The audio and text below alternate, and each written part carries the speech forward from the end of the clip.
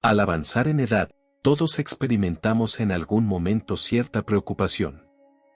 Aquello que en la juventud apenas nos inquietaba, con los años se transforma en una cuestión tangible y concreta, ¿dónde y de qué manera vivir cuando llegue el momento de enfrentar la vejez en soledad? La energía física ya no es la misma y, si en algún punto no podemos valernos por nosotros mismos, las alternativas no son muchas: convivir con la familia, contratar a un cuidador o trasladarse a un hogar para mayores. Sin embargo, residir con los familiares puede traer la sensación de ser una carga, mientras que la asistencia privada implica un gasto elevado. Y si la movilidad se ve aún más reducida y se precisa atención constante, quizás la mejor opción sea ingresar en una residencia. Por ello, de forma espontánea, muchas personas empiezan a contemplar esta alternativa. No obstante, ¿es realmente una residencia la única salida posible? En realidad, son pocas las que deciden por iniciativa propia mudarse a una. De acuerdo con una encuesta sobre cuidados prolongados realizada en 2022, el principal motivo por el que un 30% de los adultos mayores no recurre a este tipo de servicios es que prefieren no recibir asistencia de personas ajenas a su familia, mientras que un 21% lo atribuye a que permanecen hospitalizados. En otras palabras, la mayoría opta por recibir cuidados de sus seres queridos o permanecer en un centro médico antes que trasladarse a una residencia. Otro estudio revela que casi el 50% de los mayores desea continuar en su hogar, y solo un 28,7% considera la opción de ingresar en una. Es decir, la mayoría se inclina por no hacerlo. En la mayoría de las situaciones, el ingreso no obedece a un deseo personal, sino a una decisión impuesta por las circunstancias. ¿Por qué solemos considerar que la residencia es la etapa final de nuestra vida? La realidad es que no siempre ofrece un alto grado de bienestar, las condiciones pueden ser poco favorables y la limitada interacción con los seres queridos puede provocar sentimientos de soledad. Por eso es comprensible sentir cierta preocupación al pensar en esta posibilidad. Si este es tu caso, es momento de reflexionar a fondo sobre las alternativas que existen cuando llegamos a la vejez, vivimos solos y ya no podemos valernos por nosotros mismos. En este contenido hablaremos sobre opciones distintas a la residencia y compartiremos las sugerencias de expertos para que podamos disfrutar de una vejez plena, incorporando desde ahora hábitos que lo hagan realidad. Espero que esta información te sirva como guía para encaminar tu vida en la etapa final hacia un rumbo más positivo. La principal medida para evitar la necesidad de ingresar en una residencia es prevenir la aparición de la demencia. Lo esencial es prolongar al máximo el periodo en el que podamos valernos por nosotros mismos, de modo que las decisiones sobre nuestra vida continúen dependiendo de nosotros. De no ser así, podría suceder que fueran nuestros familiares quienes determinen nuestro ingreso, incluso en contra de nuestra voluntad. Por ello, la prevención de la demencia no es una opción, sino una necesidad. Afortunadamente, los avances médicos actuales permiten frenar el avance de esta condición si se detecta de manera temprana. Sin embargo, la medicación por sí sola no es suficiente, se requiere un compromiso personal. Aunque muchos piensan que desarrollar demencia en la vejez es algo inevitable, no es cierto. Investigaciones realizadas en Japón evidencian que, incluso después de los 75 años, es posible disminuir el riesgo en un 70%. Lo más llamativo es que no hacen falta tratamientos costosos ni medicamentos especiales, sino simplemente adoptar mejoras en ciertos hábitos diarios. Para lograrlo, es esencial mantener el cerebro en actividad. Este órgano funciona de manera similar a un músculo. Si no se utiliza, pierde fuerza, en cambio, cuanto más se entrena, más capacidad desarrolla. No obstante, existe un error común: mirar televisión o escuchar la radio no constituye un verdadero uso activo de la mente. Aunque resulta preferible a no hacer nada, en esas situaciones únicamente recibimos información de forma pasiva, sin estimular de verdad nuestras habilidades cognitivas. Lo importante es realizar tareas que impulsen al cerebro a trabajar por iniciativa propia. Los neurocientíficos de Estados Unidos lo remarcan con claridad: cuanto más se emplea el cerebro, más se fortalece. ¿Cómo ponerlo en práctica? Hay una técnica muy sencilla, gratuita y que no requiere tiempo adicional, utilizada incluso en centros de rehabilitación: pronunciar números o letras en orden inverso.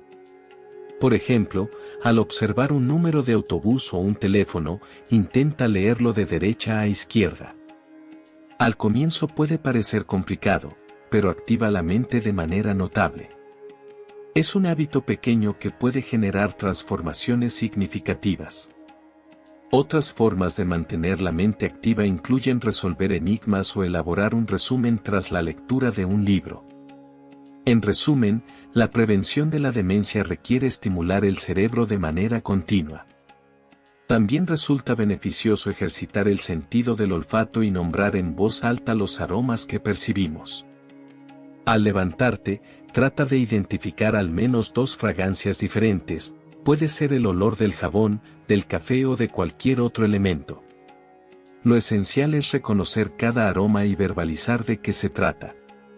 Según estudios, una reducción en la capacidad olfativa puede ser un indicio temprano de demencia, por lo que entrenar este sentido podría contribuir a prevenirla. Además, alternar la mano con la que realizamos ciertas actividades es otra forma de activar el cerebro. Quienes habitualmente usan la derecha pueden probar con la izquierda, y viceversa. No es necesario realizar tareas complejas. Lo recomendable es iniciar con acciones simples del día a día, como sostener un vaso o abrir una puerta. Este cambio de mano proporciona al cerebro estímulos distintos, lo que no solo ayuda a prevenir la demencia, sino que también potencia las funciones cognitivas en general. Antes de seguir, recuerda darle like si estás disfrutando del video, y suscribirte al canal para recibir los mejores consejos sobre cómo atraer abundancia y prosperidad a tu vida. Sigamos adelante.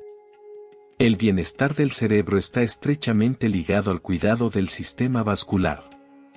Mantener bajo control enfermedades como la hipertensión, la diabetes o el colesterol alto ayuda a prevenir complicaciones cerebrovasculares.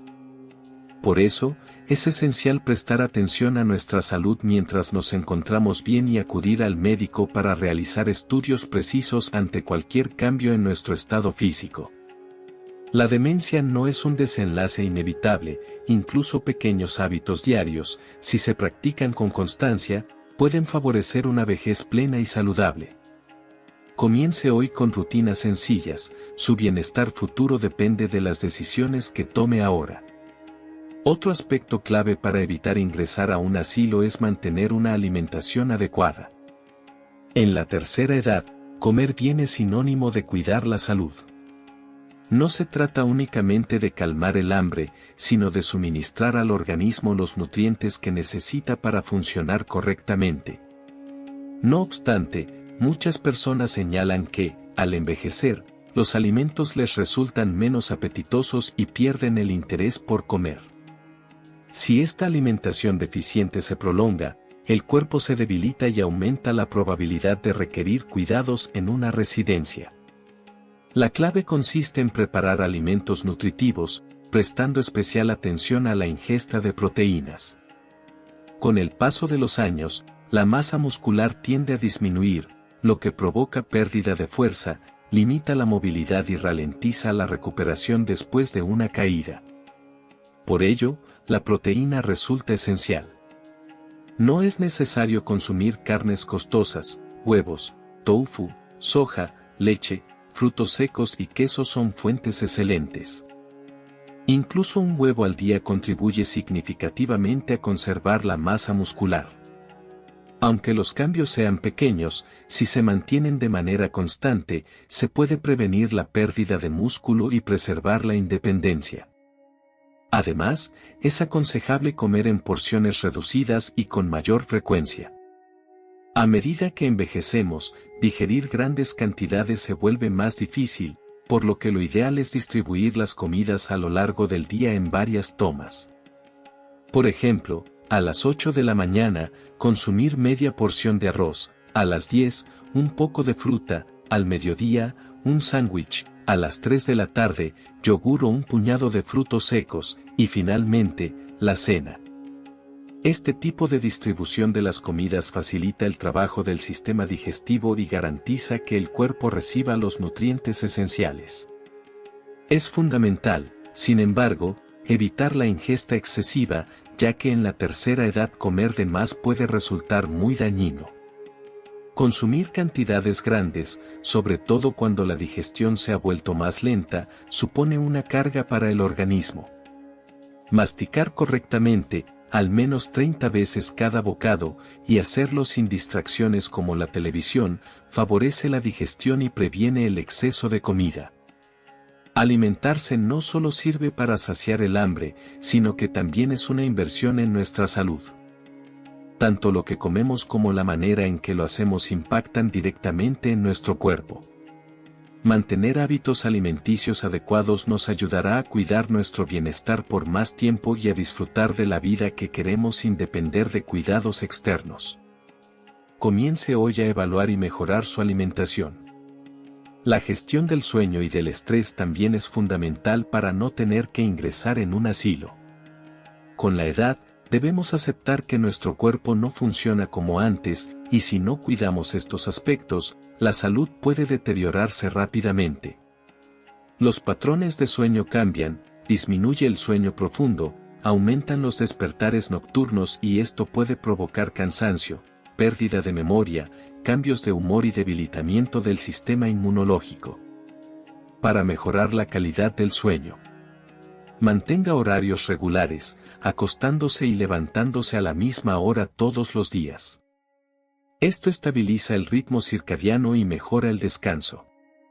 Cree un entorno propicio para dormir, habitación oscura, silenciosa, fresca y con ropa de cama cómoda. Reduzca el consumo de cafeína y alcohol, ya que afectan la calidad del sueño. Aumente la actividad física durante el día, ya que el ejercicio ligero favorece el descanso, reduce el estrés y mejora la salud general. Practique técnicas de relajación antes de dormir, como meditación, respiración profunda o un baño tibio. Tomarse un baño tibio antes de acostarse contribuye a relajar tanto el cuerpo como la mente. Finalmente, si las dificultades para dormir se mantienen durante un periodo prolongado, es recomendable acudir a un profesional para recibir la orientación y el tratamiento adecuado. Siguiendo estos consejos, se puede disfrutar de un descanso reparador incluso en la tercera edad y mantener una vida activa y llena de vitalidad sin necesidad de residencias. Además de cuidar el sueño, manejar el estrés es igualmente fundamental. Cuando se acumula tensión, el descanso se ve afectado y la salud puede deteriorarse. Por ello, es aconsejable realizar ejercicio de manera constante para aliviarlo. Pequeñas actividades de 10 a 20 minutos, como lavar los platos, regar las plantas del balcón, pasear por el jardín o recorrer el pasillo, resultan muy beneficiosas. También se sugiere dar un paseo de 20 a 30 minutos por la tarde alrededor de la casa.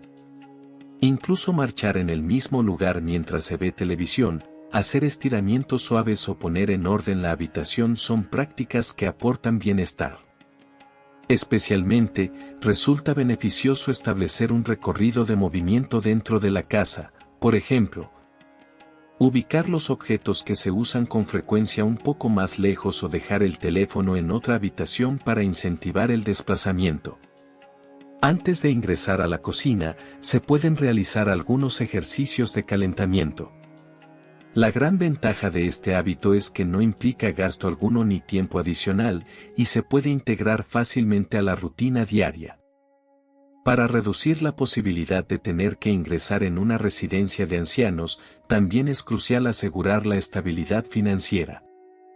Al prepararse para la etapa de la vejez, contar con seguridad económica es fundamental. Muchas personas se concentran en ahorrar, pero igualmente importante es llevar un control de los gastos.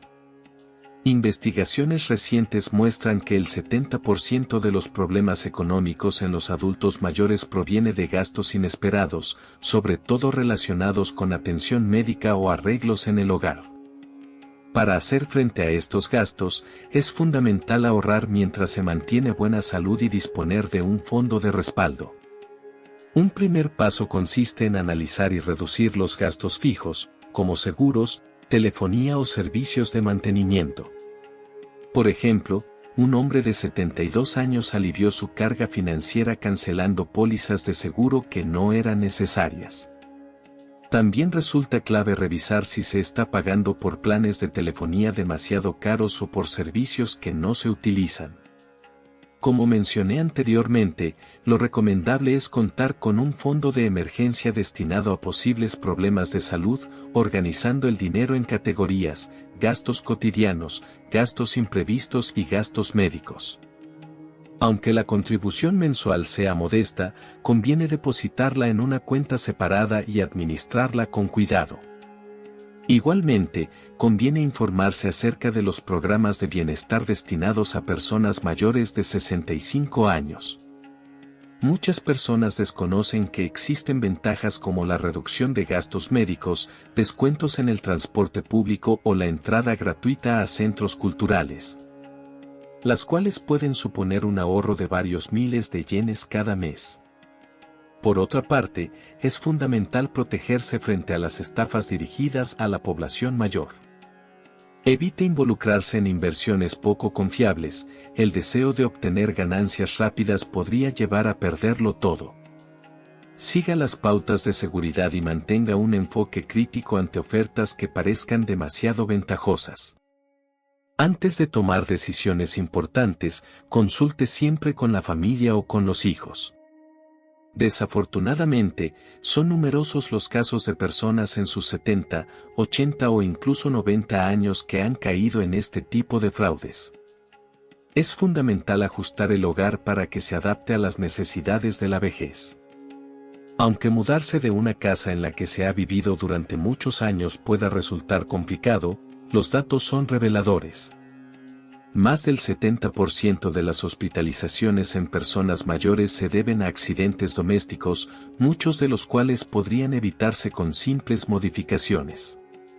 Para reducir estos riesgos, existen soluciones fáciles que no requieren grandes gastos ni ayuda profesional. Una de las principales es incorporar elementos antideslizantes, sobre todo en el baño. La mayoría de los accidentes ocurren por la mañana, al levantarse y dirigirse al baño.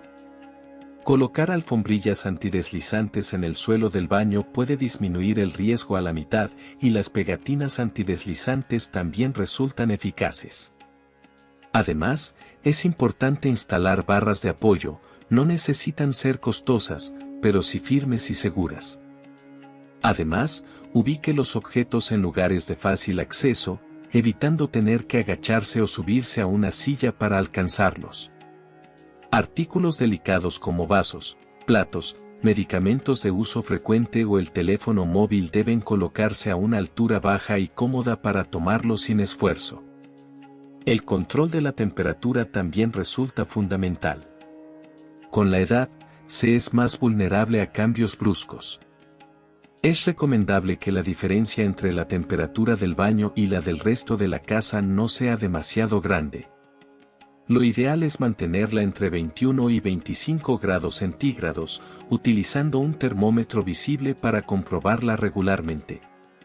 No conviene escatimar en calefacción o aire acondicionado, ya que la exposición a temperaturas extremas puede resultar peligrosa. De igual manera, es esencial mantener la vivienda bien iluminada, la visión en espacios oscuros se reduce con la edad. Todas las zonas deben contar con buena iluminación, especialmente el baño, las escaleras y la entrada. Sustituya las bombillas por otras de mayor potencia y asegúrese de que haya luz suficiente incluso durante la noche. La posición del interruptor también es relevante para que se pueda encender con facilidad. Además, hay otro aspecto crucial: mantener siempre los pasillos libres de obstáculos. Desde el dormitorio hasta el baño, y de la cocina a la sala de estar, es importante asegurar que exista un recorrido despejado. Todo lo que pueda entorpecer el paso debe retirarse, y los cables eléctricos conviene sujetarlos a la pared para evitar tropiezos. De hecho, son frecuentes los casos en que las personas mayores se tropiezan con muebles u objetos dentro de su propio hogar, sufren caídas y terminan necesitando atención hospitalaria. Esto puede provocar fracturas y causar mucho malestar, por lo que resulta esencial no dejar objetos peligrosos y mantener el orden. Si resulta complicado lograrlo por sí mismo, lo más recomendable es organizarlo junto con la familia y asegurarse de que la vivienda esté correctamente arreglada. Estos pequeños ajustes pueden reforzar la seguridad y favorecer la independencia, evitando la necesidad de trasladarse a una residencia de mayores. En sexto lugar, para evitar la necesidad de trasladarse a un asilo, resulta fundamental aprovechar de manera activa los recursos que ofrece la comunidad. Hacer uso de programas de apoyo, como los servicios de atención en el hogar o los centros de día, contribuye a mejorar la calidad de vida y a conservar la independencia incluso en la etapa de la vejez. Muchas personas sienten cierto pudor al admitir las limitaciones físicas que surgen con la edad, pero esto forma parte de un proceso natural que puede afectar a cualquiera. Por ello, recurrir a estos servicios no indica debilidad, sino que es una elección sensata. Ignorarlo sería tan poco razonable como no acudir al hospital cuando se está enfermo. Existen múltiples motivos por los que los adultos mayores deberían aprovechar los recursos comunitarios. En primer lugar, estos programas ayudan a disminuir el aislamiento social. Con el paso del tiempo, es común sentirse solo y perder conexiones, pero estos recursos ofrecen espacios para interactuar con otros. Además, brindan asistencia profesional, tanto los servicios de atención domiciliaria como los centros de día proporcionan cuidados especializados, atención médica y apoyo en las actividades cotidianas, favoreciendo así la autonomía y el bienestar. Esto no solo asegura una estabilidad física, sino también un equilibrio mental y emocional. Las distintas actividades y programas contribuyen a prevenir la depresión y a promover una actitud positiva ante la vida. Los servicios de atención en el hogar se ajustan a las necesidades individuales, mientras que los centros de día ofrecen un entorno seguro en el que se desarrollan diversas actividades. Del mismo modo, las revisiones médicas periódicas y el seguimiento de la salud permiten identificar posibles problemas a tiempo. Participar en este tipo de actividades sociales fortalece la autoestima y la vitalidad. Hacer uso de los recursos comunitarios no es únicamente una cuestión de comodidad, sino una forma de vivir de manera plena e independiente sin necesidad de trasladarse a una residencia. Por encima de todo, si se desea evitar la vida en un asilo, es fundamental enfrentar y superar la soledad durante la vejez. Aunque muchas personas piensan que perder amigos con el paso del tiempo es inevitable, eso no implica cortar todos los vínculos. Los seres humanos son seres sociales, y como se ha afirmado a lo largo de la historia, es importante mantener las relaciones. Esto está estrechamente vinculado con la calidad y la esperanza de vida. De acuerdo con un estudio llevado a cabo durante aproximadamente 20 años por un instituto de geriatría con personas mayores de 65 años, aquellos que mantenían contacto regular con otros tendían a vivir, en promedio, 7 años más que quienes permanecían aislados. Además, quienes interactuaban con frecuencia tenían menores gastos en atención médica. No obstante, el estudio enfatiza que no hace falta relacionarse con muchas personas, lo esencial es reunirse de manera constante, aunque sea con un grupo reducido. Para fomentarlo, puede resultar útil saludar con regularidad a los vecinos, llamar a amigos o conocidos diariamente para interesarse por su bienestar, o intercambiar un saludo amable con quienes se encuentre en la calle. Al principio puede sentirse extraño, pero estos pequeños gestos aportan más vitalidad al día a día. También es aconsejable establecer compromisos deliberados, incluso si son únicamente consigo mismo. Lo importante es salir de casa y reservar un momento cada semana para compartir con alguien. No hace falta que sea algo extraordinario, puede ser ir al mercado con un vecino, asistir juntos a una clase en el centro comunitario o participar en un taller en el centro cultural para conocer gente nueva. Adquirir nuevos conocimientos en la tercera edad no resulta imposible. Actualmente existen numerosas clases dirigidas a personas mayores, manejo del teléfono inteligente, pintura, música, entre otras. Tomar parte en estas actividades permite ampliar de manera natural la red de relaciones sociales. Muchos adultos mayores se muestran reticentes a iniciar nuevas amistades, pero la mayoría de quienes se animan a hacerlo reportan sentirse más sanos, tanto física como mentalmente. Cuando alguien se despierta por la mañana con bienestar y energía, se dice que comienza el día con vitalidad. Una mujer de alrededor de 50 años mencionó que su madre, de 80, había rejuvenecido desde que comenzó a asistir a la universidad para mayores, donde estudiaba y compartía con otras personas. Esto refleja que, por naturaleza, los seres humanos tienden a experimentar sentimientos de soledad. Por ello, si no se desea ingresar en un hogar para ancianos, conviene considerar algunas alternativas. Una opción, antes de optar por una residencia, es trasladarse a un conjunto de viviendas destinado a personas mayores. En los últimos años, este tipo de espacios ha crecido notablemente, y mudarse a uno de ellos puede ser una excelente elección para la etapa de la vejez. En primer lugar, estas viviendas ofrecen la sensación de estabilidad que brinda contar con un hogar propio y, al disponer de un espacio individual, permiten gozar de autonomía. Además, suelen contar con áreas compartidas bien equipadas, lo que facilita la interacción con otros residentes, el intercambio de apoyo y experiencias, y la creación de vínculos. De esta manera, se atenúa la sensación de soledad y se disminuye el aislamiento que en ocasiones se experimenta en los asilos. Residencias o complejos para personas mayores ofrecen numerosos beneficios, especialmente en términos de fomentar la autonomía y la interacción social.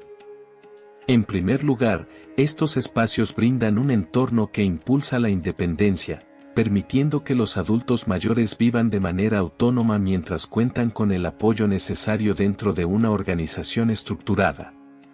De hecho, algunas personas que se trasladan a estas viviendas en lugar de a residencias tradicionales vuelven a disfrutar de actividades como cocinar regularmente, dedicarse a la jardinería y mantener un estilo de vida más activo y satisfactorio.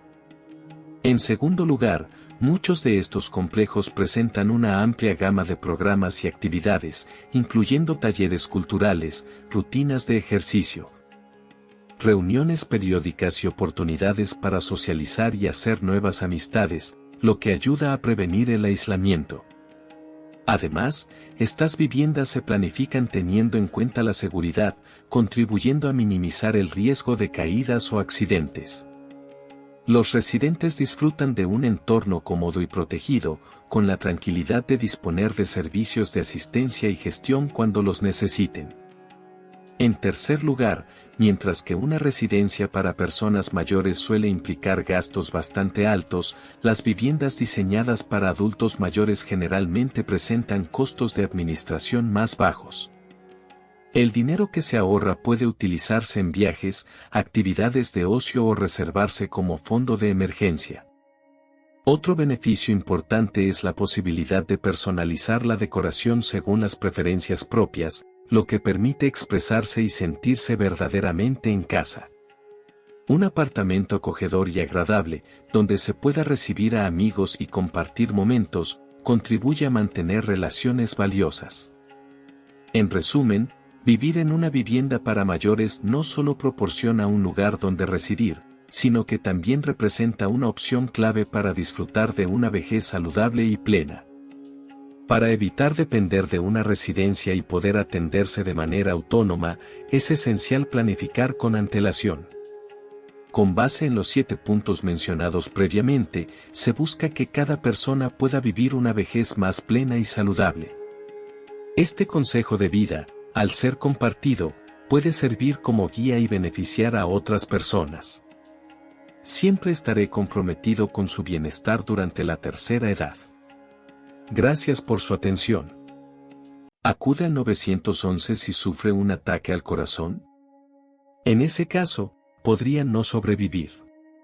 Hola, soy Lester Hon, especialista en emergencias, con 35 años de experiencia y más de 3.000 pacientes con paro cardíaco salvados. Hace 3 meses, el señor Clark Marston, de 72 años y residente en Busan, se desplomó solo en su casa a las 11 de la noche, con un intenso dolor en el pecho que parecía desgarrarlo. En ese instante, el suministro de sangre a su cerebro empezó a detenerse. Lo habitual en estos casos es marcar el 911. Pero él tomó otra decisión. Recordó una técnica que le enseñé hace 3 años. Le bastaron 7 segundos para traerla a su mente. Si no la hubiera conocido, las neuronas de su cerebro habrían empezado a morir en esos primeros 7 segundos, y a los 4 minutos su vida ya habría corrido riesgo de sufrir daño cerebral irreversible. Incluso si la ambulancia llegaba, ya no habría mucho por hacer. Pero esta vez fue diferente. Cuando ingresó al hospital, el médico que lo recibió quedó impactado, su electrocardiograma no mostraba alteraciones. ¿Cómo se explica algo así? Aún hoy, cada 13 minutos una persona pierde la vida a causa de un infarto. Y en el 90% de los casos, esto se debe a información incorrecta. Eso que se dice sobre una hora de oro es totalmente falso. El momento realmente decisivo son los primeros 7 segundos. Cualquiera puede pasar por lo mismo que vivió el señor Clark Marston en cualquier instante. Esto es especialmente cierto en personas mayores de 60 años, ya que las señales cardíacas se vuelven más débiles y el riesgo aumenta considerablemente. Investigadores en Harvard comprobaron que este procedimiento eleva las probabilidades de sobrevivir en un 347%. Entonces, ¿por qué no se difunde masivamente? Si mira este video hasta el final, usted también podrá aprender a salvar su vida en apenas 7 segundos, tal como lo hizo el señor Clark Marston. Ahora sí, vamos al punto. Existen 3 errores gravísimos que jamás debe cometer durante un ataque al corazón. Ignorarlos podría costarle la vida en cuestión de segundos. El primero, en particular, es un consejo vital que el 99% de las personas desconoce. Quédese hasta el final para descubrirlo. Error número 3, recostarse de inmediato.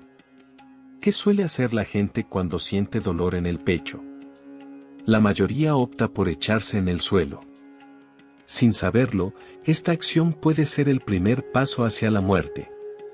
Permítame contarle lo que ocurrió con el señor Peter Johnson, de 68 años, residente en Seúl. Una mañana salió a ejercitarse y, de pronto, experimentó una fuerte presión en el pecho.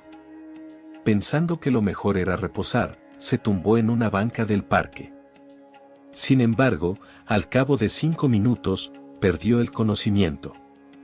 Un peatón que pasaba por allí llamó al 911 y fue trasladado al hospital, pero ya era demasiado tarde. Su cerebro había dejado de recibir oxígeno y entró en estado de muerte cerebral. ¿Por qué sucedió esto? Porque al recostarse, el corazón enfrenta más dificultad para bombear sangre al cerebro, debido a la acción de la gravedad.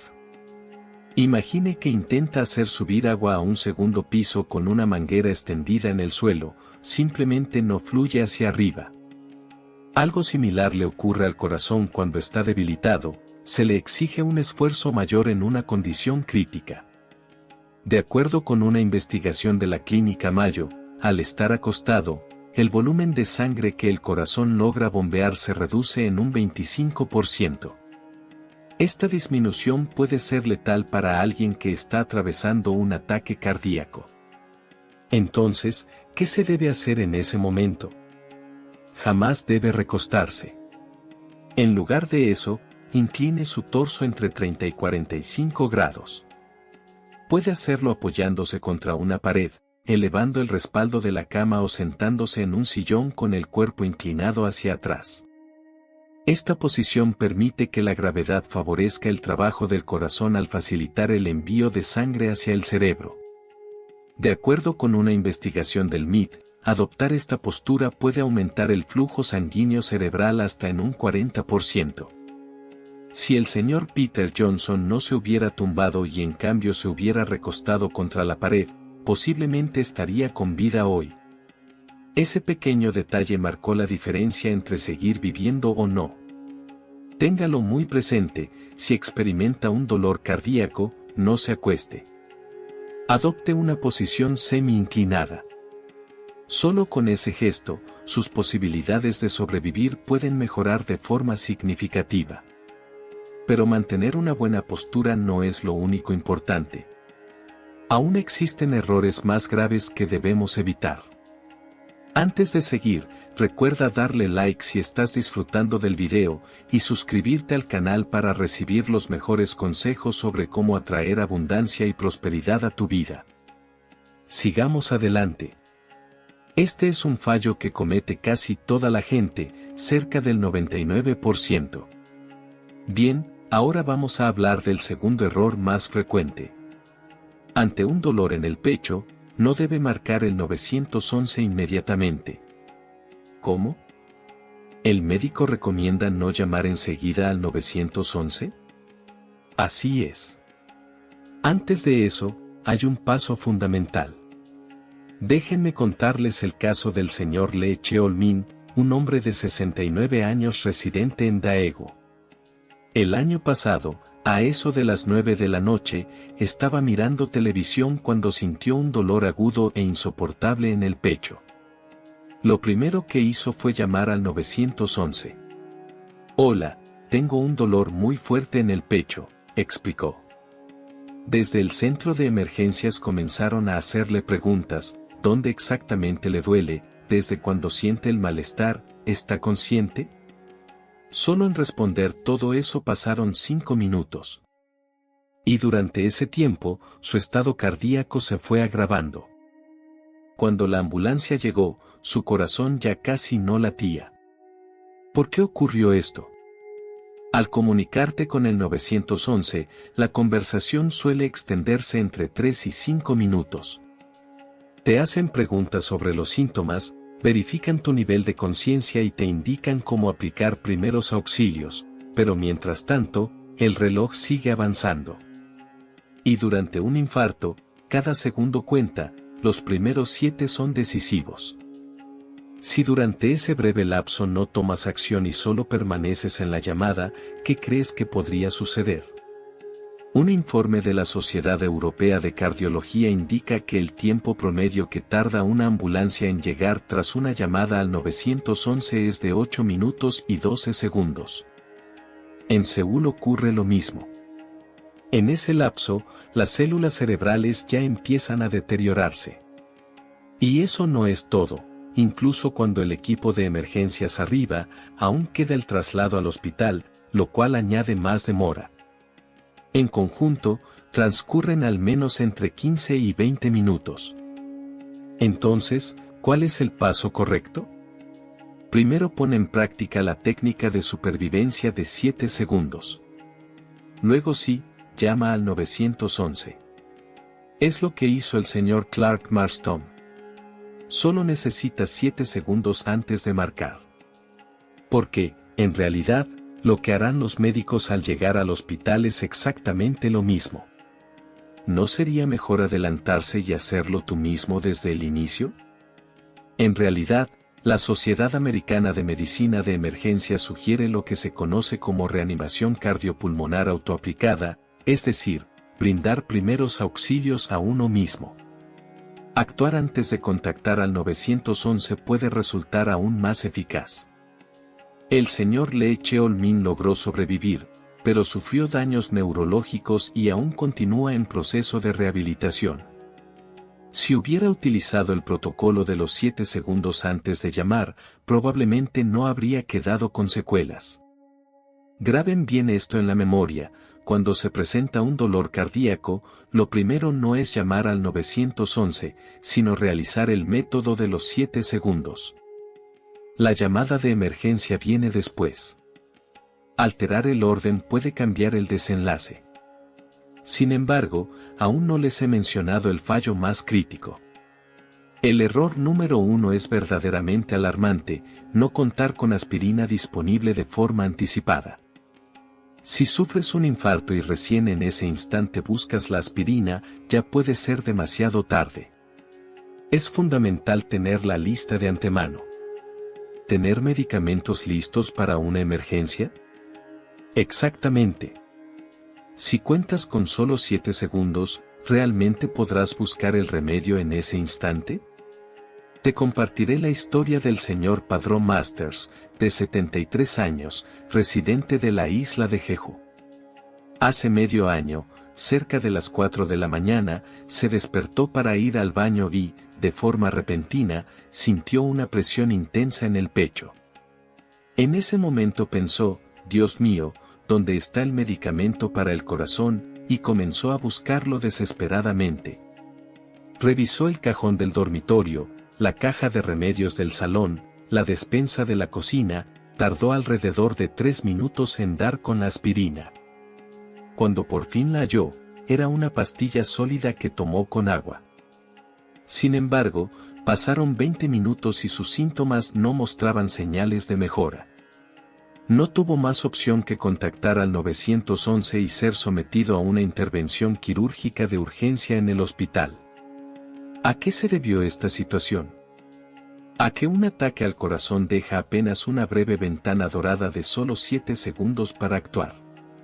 Pero si necesitas 3 minutos para encontrar el fármaco y otros 20 para que surta efecto, ya han transcurrido 23 minutos. A ese punto, muchas neuronas podrían haber muerto. Y lo más crítico, cuando se entra en pánico, es casi imposible pensar con claridad.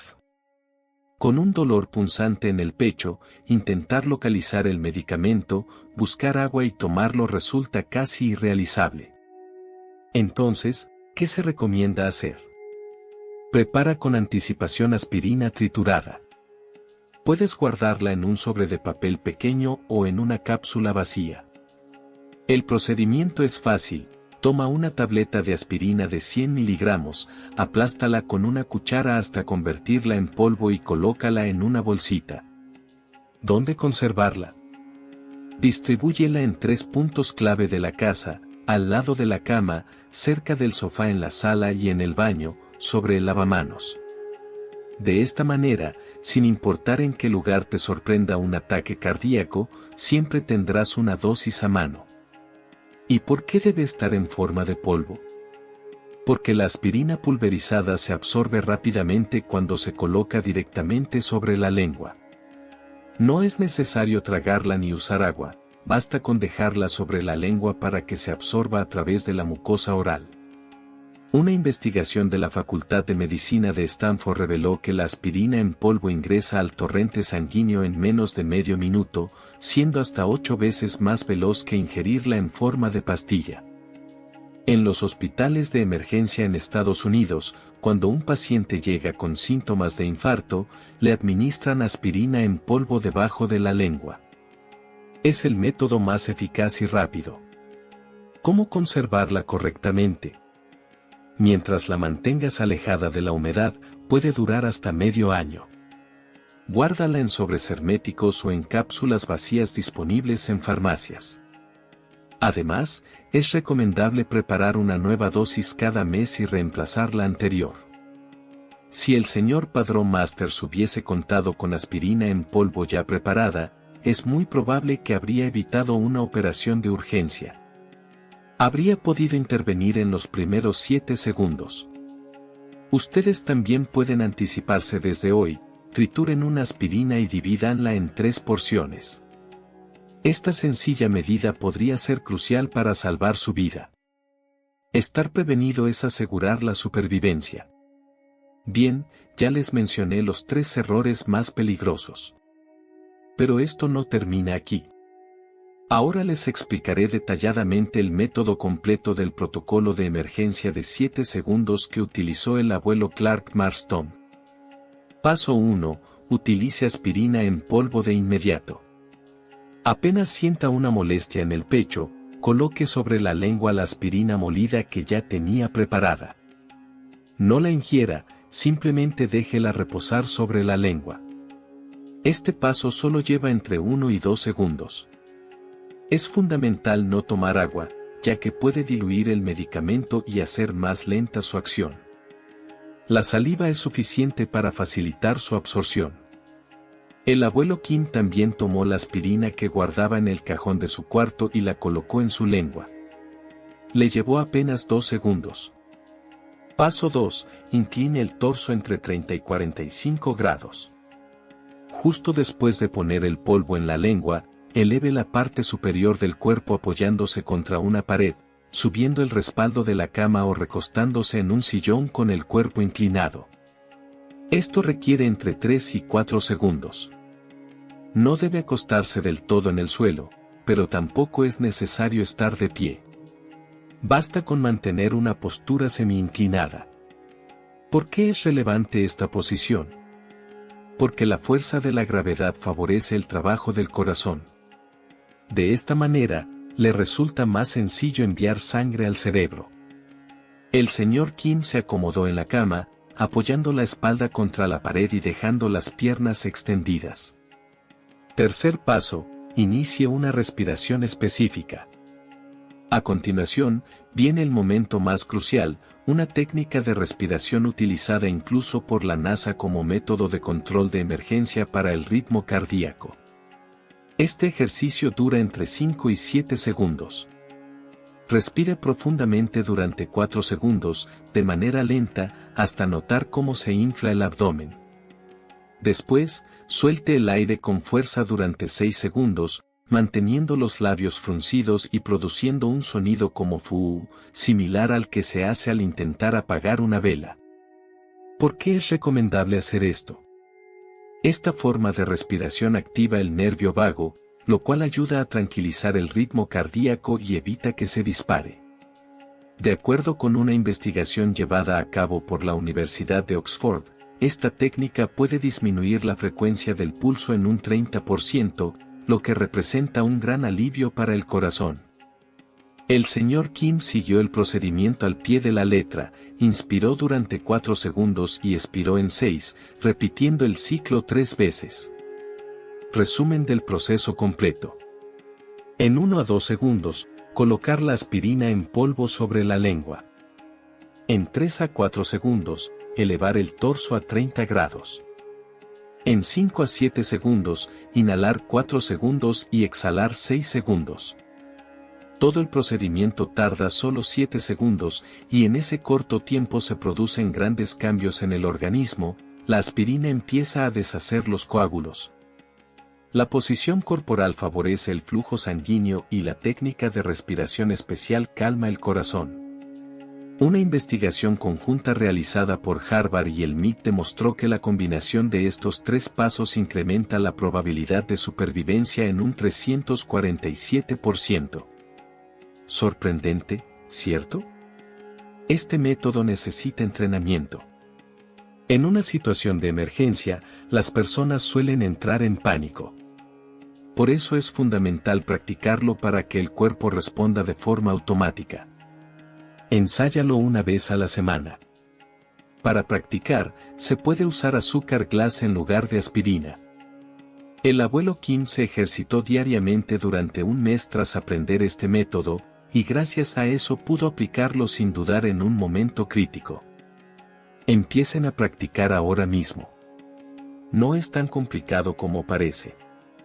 Sin embargo, si no lo entrenan, no serán capaces de actuar correctamente en una situación de emergencia. Practicar es sinónimo de supervivencia. A continuación, les voy a contar cuándo deben usar este método, identificando los signos iniciales de un infarto. Muchos piensan que un infarto es como en las series de televisión, un dolor repentino en el pecho y caer al suelo de inmediato. Pero la realidad es muy distinta. Ahora les explicaré cuáles son los 5 síntomas más frecuentes. Sensación de opresión y peso en el pecho. Se siente como si un elefante se sentara sobre el pecho. No es dolor, sino opresión. Es el síntoma más común. La señora Joy Maxwell, de 66 años, en Gwangju, lo experimentó así, dijo que sentía que se ahogaba por la opresión en el pecho.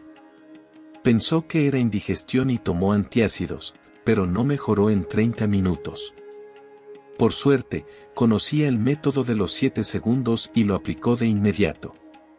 Ahora está completamente recuperada. Entumecimiento y dolor en el hombro y brazo, especialmente del lado izquierdo. También puede doler el cuello o la mandíbula. Es fácil confundirlo con dolor muscular o de hombro. Las personas mayores de 60 lo experimentan con más frecuencia, ya que los nervios del corazón están conectados con los del hombro. Sudor frío repentino y mareo. Aparece sin razón. El rostro palidece y da vueltas la cabeza. Se siente como si uno tuviera gripe. Muchos lo atribuyen a la edad, pero es una señal de alerta del corazón. Falta de aire y dificultad para respirar. Aunque no hayan subido escaleras, les falta el aire. La respiración se vuelve rápida y superficial. Esto sucede porque el corazón no bombea bien la sangre. Molestias similares a la indigestión. Incomodidad en la parte inferior del pecho o el epigastrio. Puede parecer empacho o provocar náuseas. Es un síntoma frecuente, especialmente en mujeres. Si experimenta 2 o más de estos signos simultáneamente, utilice de inmediato la técnica de los 7 segundos. No lo descarte pensando, quizás no sea nada grave. Según una investigación realizada por la Asociación Estadounidense del Corazón, el 85% de los pacientes que ignoraron las señales iniciales sufrieron un infarto total en menos de 1 hora. En contraste, el 95% de quienes reaccionaron rápidamente ante los primeros síntomas lograron una recuperación completa. Esta estadística resalta la gran importancia de una intervención rápida. ¿En qué momento se debe llamar al 911, emergencias? Después de haber aplicado el método de supervivencia de 7 segundos. El orden es clave. Aunque los síntomas mejoren tras esta maniobra, es vital acudir al hospital, porque sin duda hubo un problema cardíaco. Si los síntomas continúan tras aplicar el método de 7 segundos, llame al 911 sin demora. Mientras llega la ambulancia, siga repitiendo esta técnica. Es fundamental que no solo usted conozca este procedimiento, sino también su familia. Su pareja o hijos, con quienes convive, deben estar informados. En caso de emergencia, es posible que usted no pueda comunicarse, por lo que ellos tienen que estar preparados para identificar los signos y utilizar el método de 7 segundos. Además, asegúrese de que sepan dónde se guarda la aspirina en polvo y practiquen juntos la respiración adecuada. Por supuesto, la mejor estrategia es la prevención, evitar fumar y el consumo de alcohol, realizar actividad física regularmente y mantener una dieta equilibrada. Sin embargo, aunque lleve un estilo de vida saludable, el riesgo de problemas cardíacos aumenta con la edad. Por esta razón, es importante que conozca el método de supervivencia de 7 segundos. Ahora, repasaremos todo lo aprendido hoy y le compartiré una lista de verificación que puede empezar a aplicar de inmediato, 3 errores fatales que jamás debe cometer. Acostarse de inmediato. Esto dificulta que el corazón bombee sangre al cerebro. Debe mantener el torso elevado entre 30 grados y 45 grados. Llamar al 911 antes de tiempo. Primero debe aplicar el método de 7 segundos y luego llamar al 911. El orden puede determinar la vida o la muerte. No tener aspirina preparada. En una emergencia no hay tiempo de buscar medicamentos. Triture previamente la aspirina y distribúyala en varios lugares accesibles de la casa. Recuerde los 3 pasos del método de supervivencia de 7 segundos. Durante los primeros 1-2 segundos, coloque aspirina en polvo sobre la lengua. Entre los 3-4 segundos, eleve el torso unos 30 grados. De los 5-7 segundos, respire profundamente, inhale 4 segundos y exhale 6 segundos. Con solo recordar estos 3 pasos, su probabilidad de sobrevivir puede aumentar en un 347%. Pasos prácticos para estar preparado. Revise la aspirina que tiene en casa. Debe ser aspirina común de 100 miligramos, evite las versiones recubiertas. Triture una aspirina.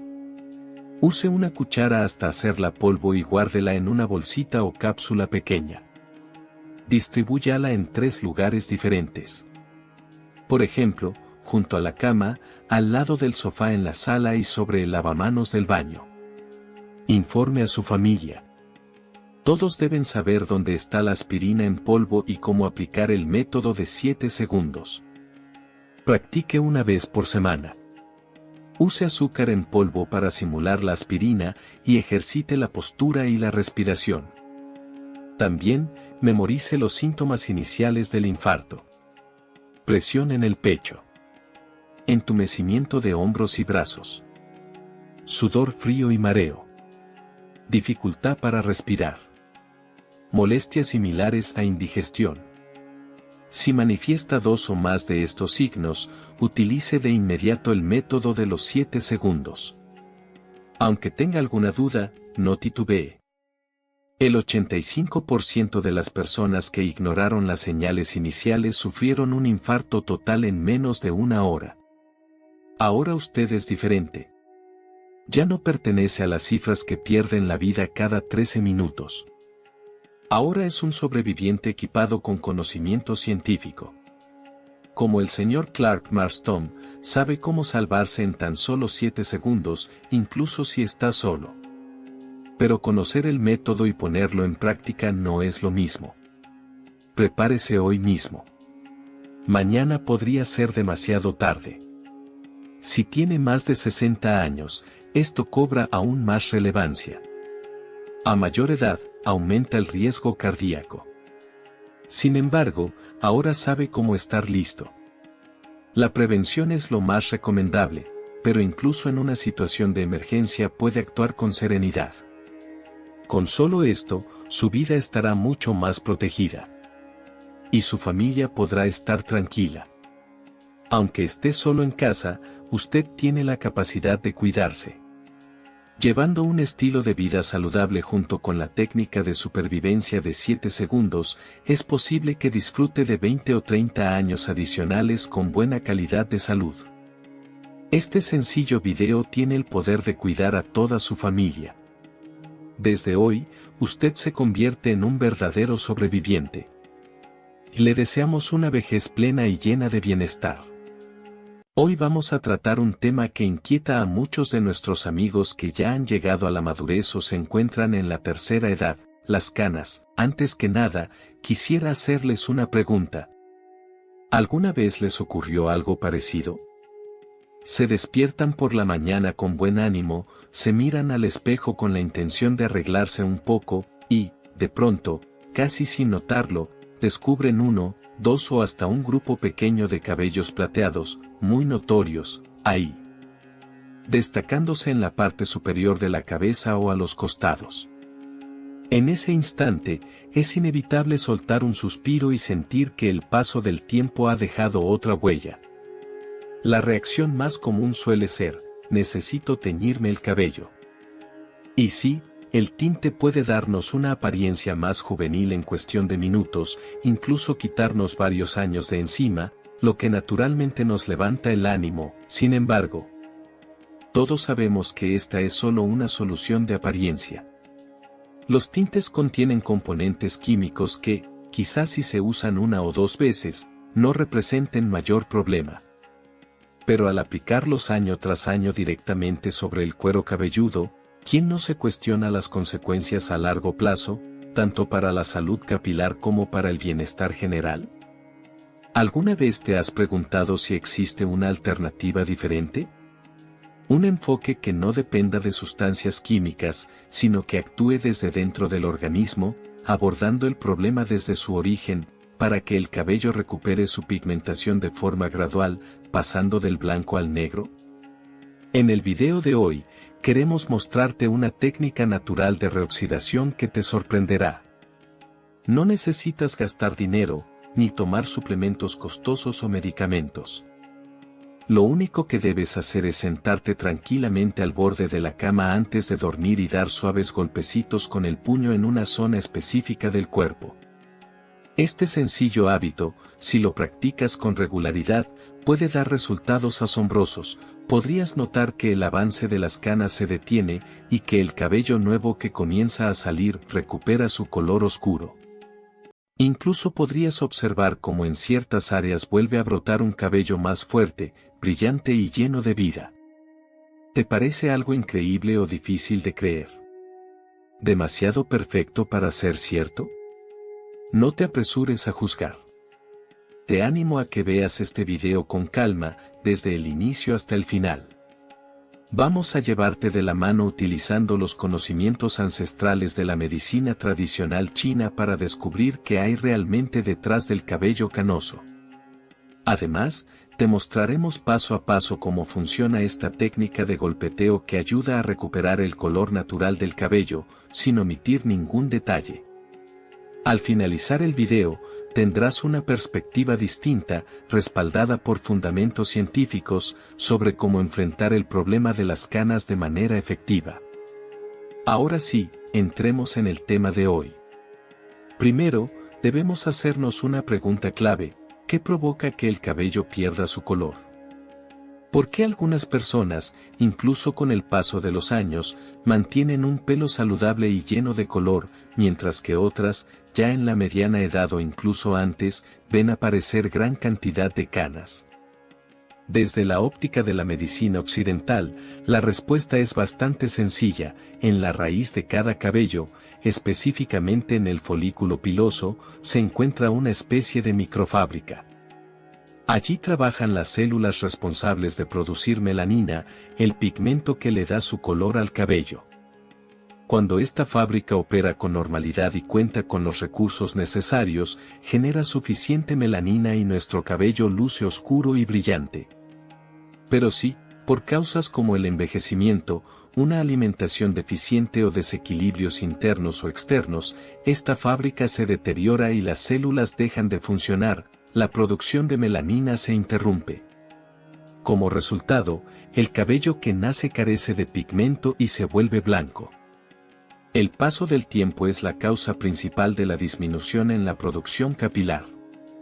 Sin embargo, la medicina tradicional china, MTC, interpreta este proceso desde una perspectiva más profunda, holística y abarcadora.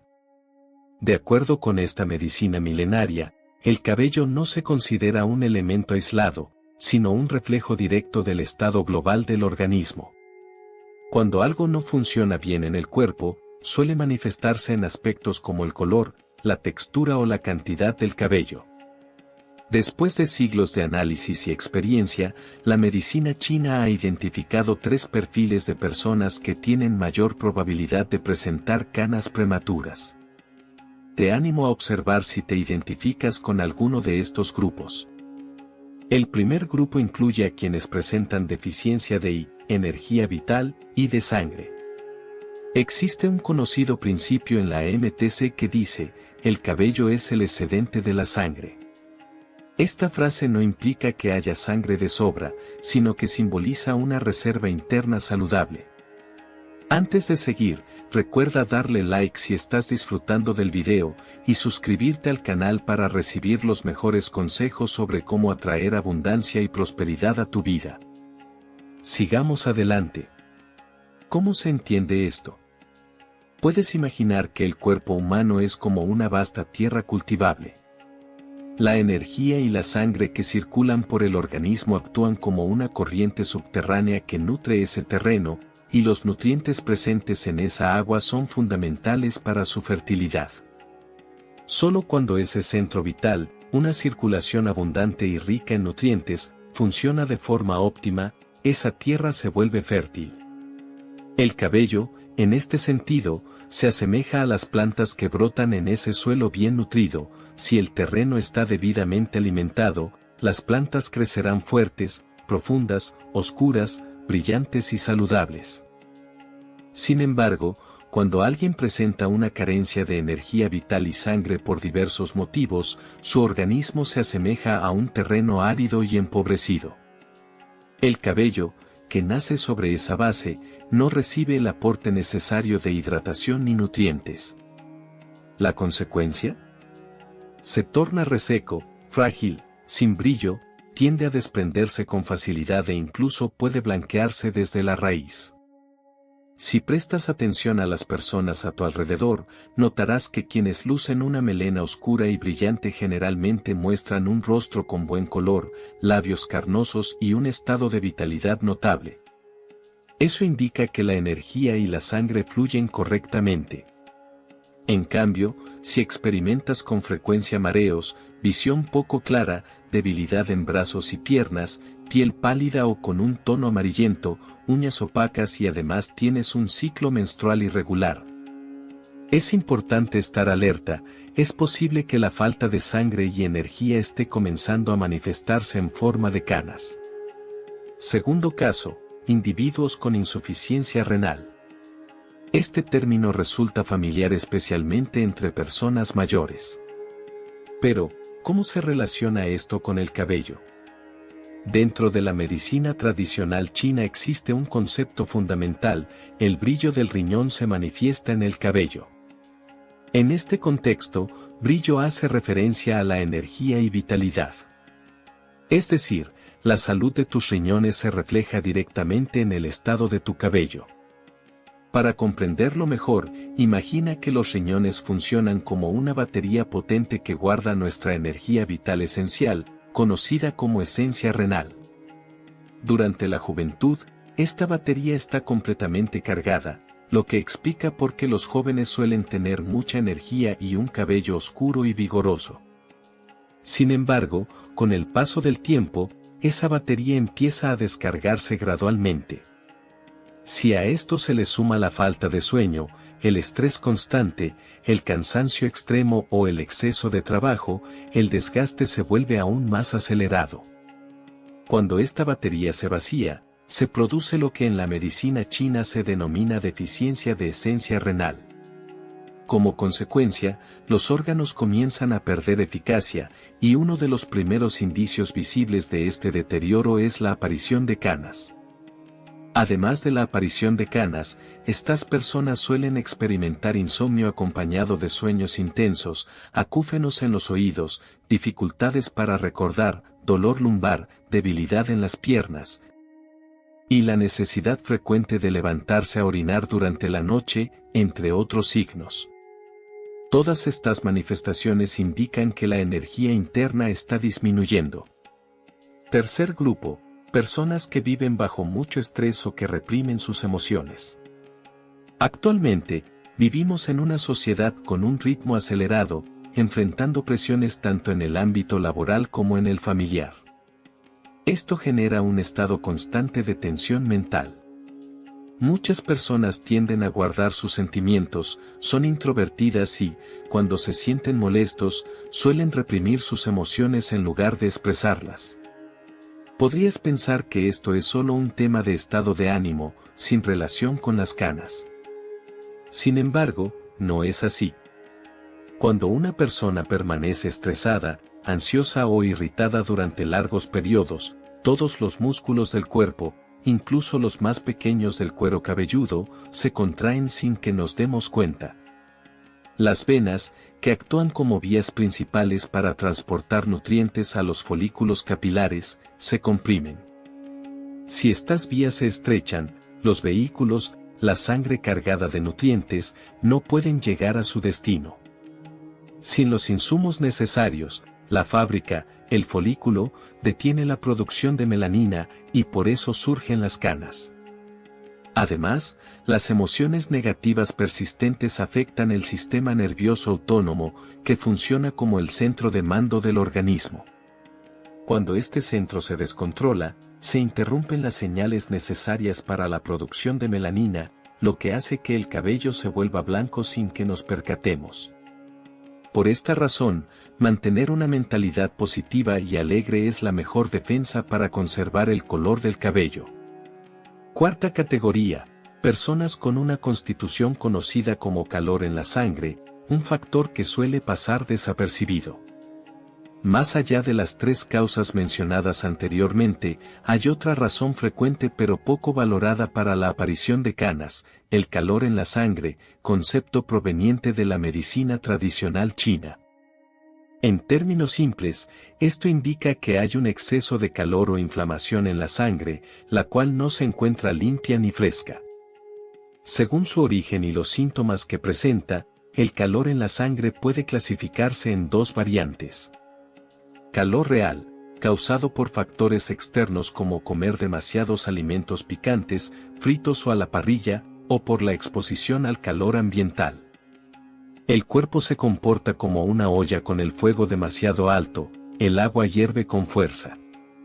La persona siente la boca y lengua secas, quiere beber agua fría, tiene estreñimiento, se siente inquieta, irritable, e incluso puede presentar sangrado nasal o sangre en la orina.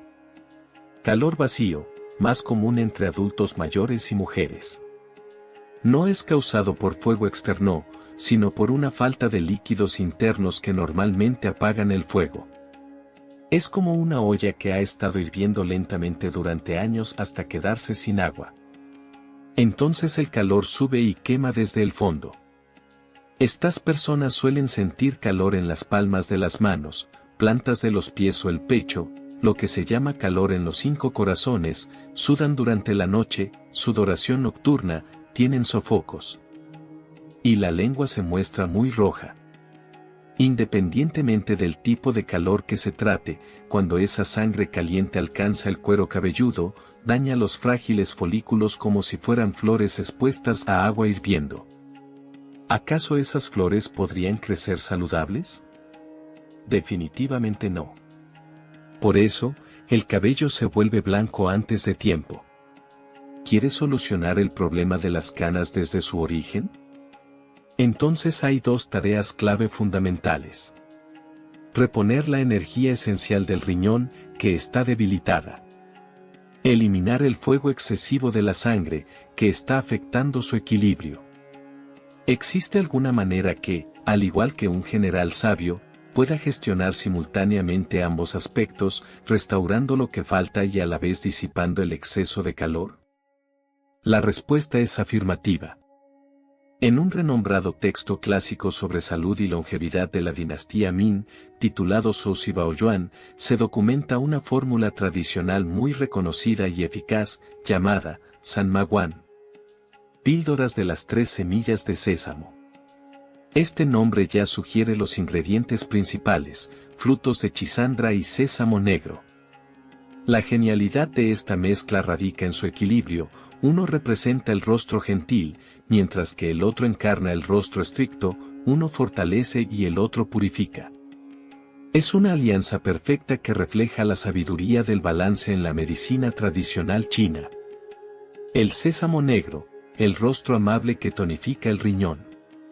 De acuerdo con la teoría de los 5 elementos en la MTC, el color negro está vinculado al riñón, por lo que el sésamo negro se valora como un tónico excepcional. Tiene un sabor dulce y una naturaleza húmeda, por lo que funciona como una lluvia suave de primavera, restaurando silenciosamente la energía vital del riñón, la batería central del cuerpo. Cuando esta energía está llena, las raíces del cabello se fortalecen, de manera similar a un árbol que, con raíces profundas, sostiene hojas abundantes. Asimismo, se menciona que el sésamo negro puede activar los 2 canales energéticos fundamentales del cuerpo, Ren Mai y Du Mai. El Ren Mai, vaso de la concepción, regula la circulación sanguínea, mientras que el Du Mai, vaso gobernador, controla el Yi, energía vital. Cuando estos dos canales están desbloqueados, la sangre y la energía fluyen con fuerza y armonía, proporcionando una adecuada nutrición al cabello. La chisandra, el purificador sanguíneo de rostro firme. Especialmente tras un procesamiento correcto, la chisandra incrementa su eficacia. Posee una naturaleza ligeramente fría y dulce que, según la medicina tradicional china, le permite nutrir la sangre, reducir el calor interno y eliminar toxinas presentes en ella. Además, contribuye a calmar el fuego hepático y a equilibrar el sistema nervioso. ¿No es acaso una combinación ideal? El sésamo negro fortalece y alimenta, mientras que la chisandra enfría y depura. Uno repara, el otro limpia, uno suaviza, el otro regula. Así se abordan las dos causas internas principales que generan las canas. ¿Cómo preparar y consumir esta receta en casa? Es muy sencillo hacerlo por tu cuenta. Adquiere en un establecimiento confiable. Sésamo negro tostado de alta calidad. Fruta de chisandra limpia y deshidratada. La proporción sugerida es de 2 partes de sésamo negro por cada 1 parte de chisandra. Muele ambos ingredientes por separado en un procesador de alimentos hasta obtener un polvo muy fino.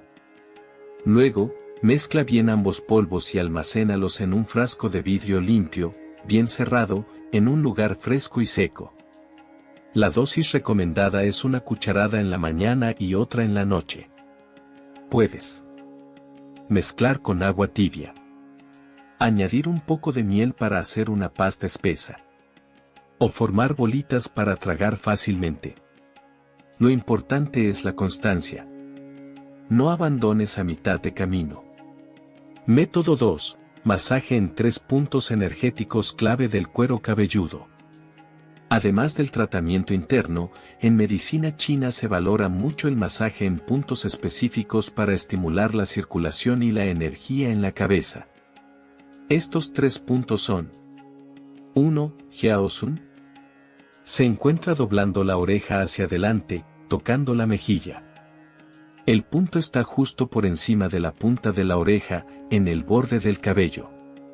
Estimula la circulación en ambos lados de la cabeza, ayuda al crecimiento del cabello. 2. Yusen. Detrás de la cabeza, justo debajo del bulto más prominente del cráneo, a unos 2 o 3 dedos hacia arriba del borde del cabello. Estimula la circulación en la parte posterior de la cabeza y también fortalece el riñón. Pertenece al meridiano de la vejiga, estrechamente relacionado con la energía del riñón. 3. Bai Hui. El más famoso. Está en la parte superior de la cabeza, en el cruce de una línea recta que va de oreja a oreja y otra desde la nariz hacia arriba. Es el punto donde se cruzan todas las energías yang del cuerpo. Masajearlo regularmente ayuda a elevar el Yi Yang, mejorando la circulación hacia la cabeza y fortaleciendo el cabello. ¿Cómo masajear? Ideal por la noche antes de dormir o por la mañana al despertar. Usa las yemas de los dedos índice o medio, no las uñas. Aplica una presión cómoda, en movimientos circulares en el sentido de las agujas del reloj. Masajea cada punto de 50 a 100 veces, hasta sentir calor o una leve sensación de adormecimiento. Esa es señal de que el Yi se está activando. Método 3. El más eficaz, estimulación del meridiano de la vesícula biliar. Tras todo el trabajo interno y las técnicas de masaje, llegamos al punto culminante del tratamiento, estimular el meridiano de la vesícula biliar. Considerado el interruptor principal del cuerpo para liberar el flujo de Yi y sangre. Muchas personas, incluso los más jóvenes, se resignan ante las canas pensando, es algo hereditario, mis padres también tuvieron canas a edad temprana. Sin embargo, según numerosos expertos en medicina tradicional china con amplia experiencia, los casos de canas prematuras que se deben exclusivamente a la genética son realmente escasos. Las enfermedades genéticas no son tan frecuentes como comúnmente se cree. Gran parte de lo que se atribuye a la herencia familiar en realidad se explica porque los miembros de una misma familia comparten un entorno común durante mucho tiempo, lo que implica estructuras corporales similares y hábitos de vida poco saludables. Golpear el meridiano de la vesícula biliar, aunque parece un gesto sencillo, es en realidad una estrategia para romper este ciclo negativo, fortaleciendo una constitución que podría ser débil desde el nacimiento y solucionando en profundidad los desequilibrios relacionados con la generación de sangre y energía vital, ISUE. Beneficios clave de golpear el meridiano de la vesícula biliar. La principal función de estimular este meridiano puede resumirse en una frase: favorece la producción de bilis, lo cual incrementa notablemente la capacidad de absorción del organismo. Según la medicina tradicional china, la vesícula biliar no solo almacena y libera bilis para asistir en la digestión, sino que también está vinculada al juicio y al valor. Solo cuando la bilis se secreta correctamente, los nutrientes provenientes de cereales, carnes, pescados y verduras pueden ser procesados y absorbidos eficazmente por el vaso y el estómago, transformándose en los elementos esenciales que el cuerpo utiliza, lo que se conoce como I-sangre. Cuando la fuente de I-sangre es adecuada, es posible nutrir el cabello correctamente. Y si el I y la sangre se mantienen saludables, el problema de las canas se soluciona de manera natural.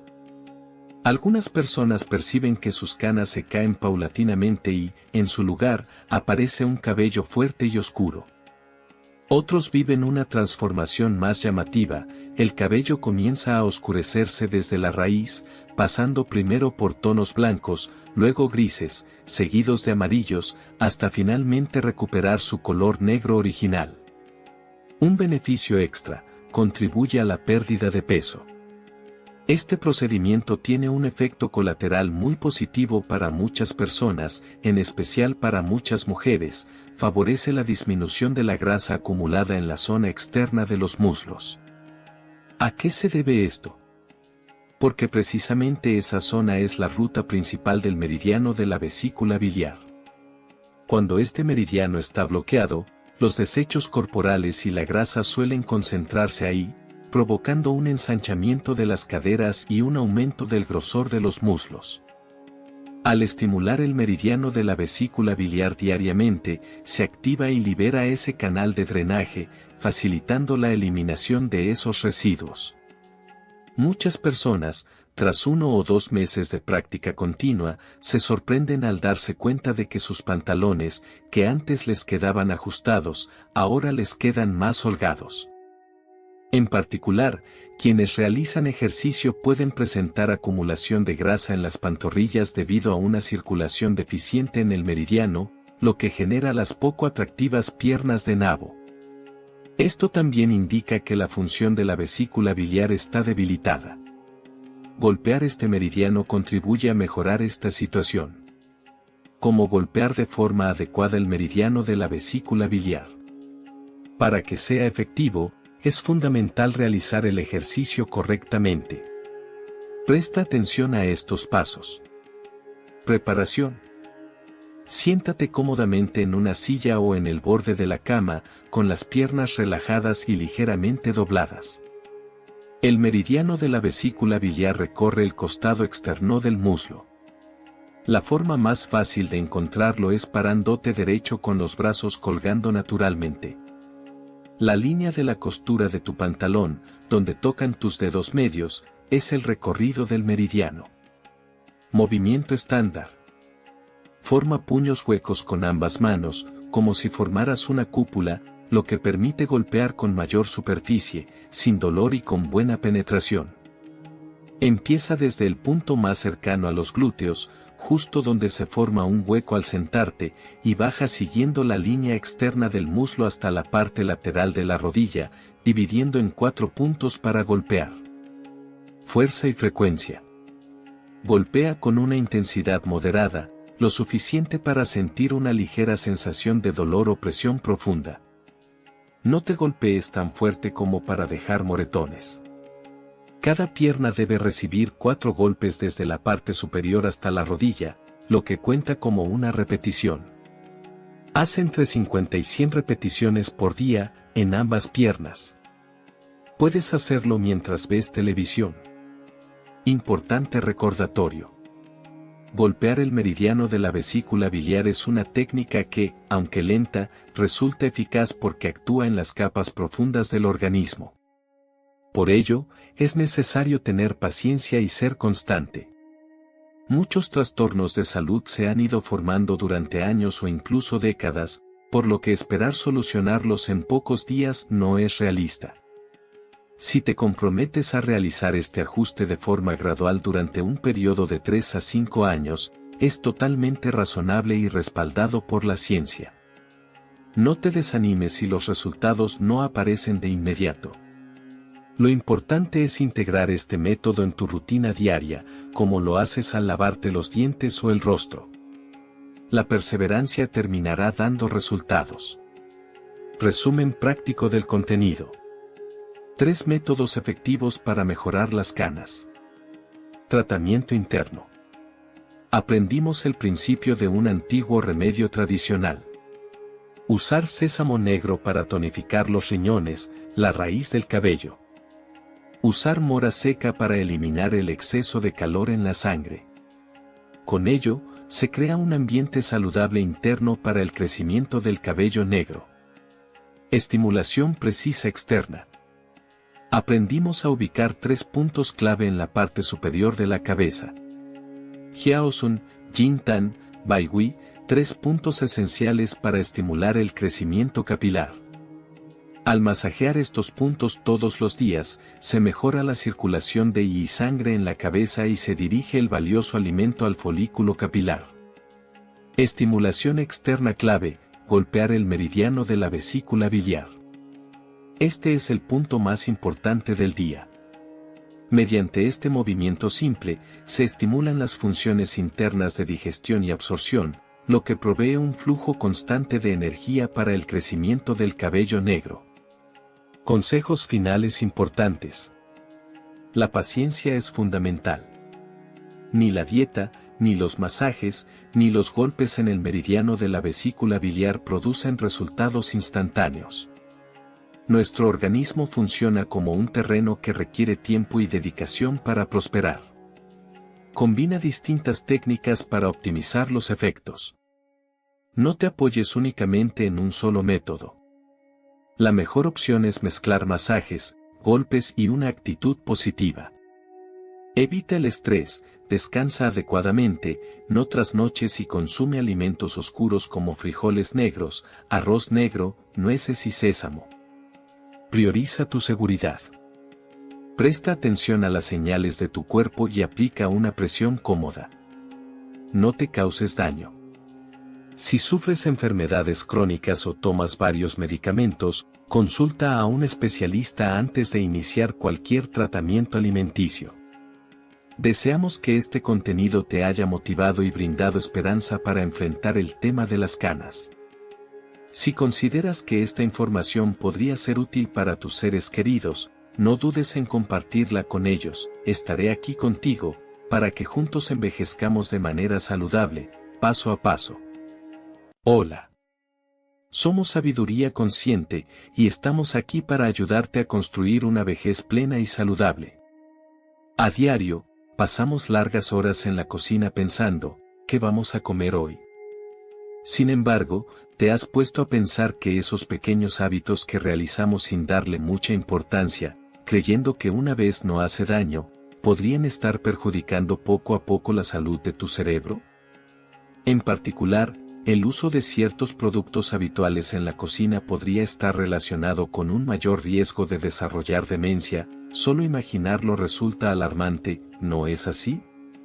Hoy tenemos como invitado a alguien muy especial que compartirá con nosotros una revelación asombrosa, el profesor Lester Thompson. Especialista en ciencias biológicas con 3 décadas de trayectoria y actual director del Instituto Coreano de Estudios sobre el Entorno Doméstico. Bienvenido. Hola, soy Lester Thompson y hoy quiero compartir con ustedes recomendaciones basadas en la ciencia para llevar una vida más saludable. Es un verdadero gusto poder estar aquí con ustedes en este espacio. El tema que abordaremos hoy es de gran relevancia, especialmente para las personas mayores, ya que la demencia no es un asunto distante, sino una realidad que debemos considerar seriamente si queremos cuidar nuestro bienestar. El profesor nos brindará información muy valiosa en esta ocasión para todos nuestros seguidores.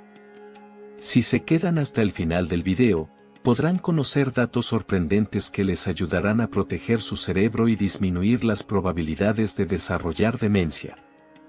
Profesor, ¿es verdad que algunos productos de uso común como enjuagues para la boca, aromatizantes o desinfectantes podrían estar vinculados con el desarrollo de demencia? Es realmente alarmante pensar que algo tan habitual pueda representar un riesgo. ¿Podría explicarnos por qué estos artículos tienen un impacto en la salud cerebral? Sí.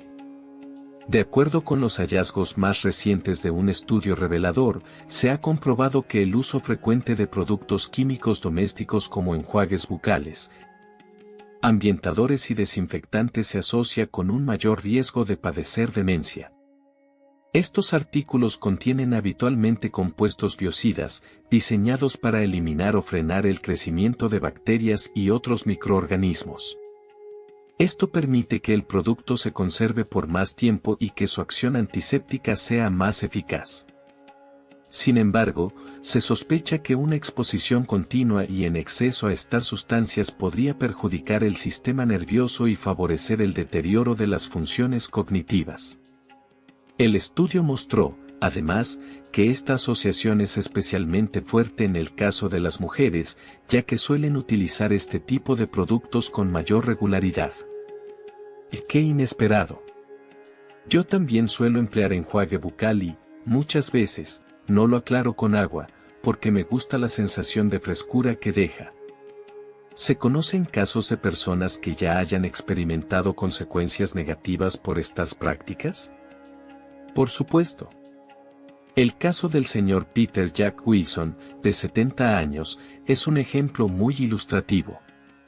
Él tenía una gran preocupación por el mal aliento y solía recurrir al uso de enjuagues bucales varias veces al día.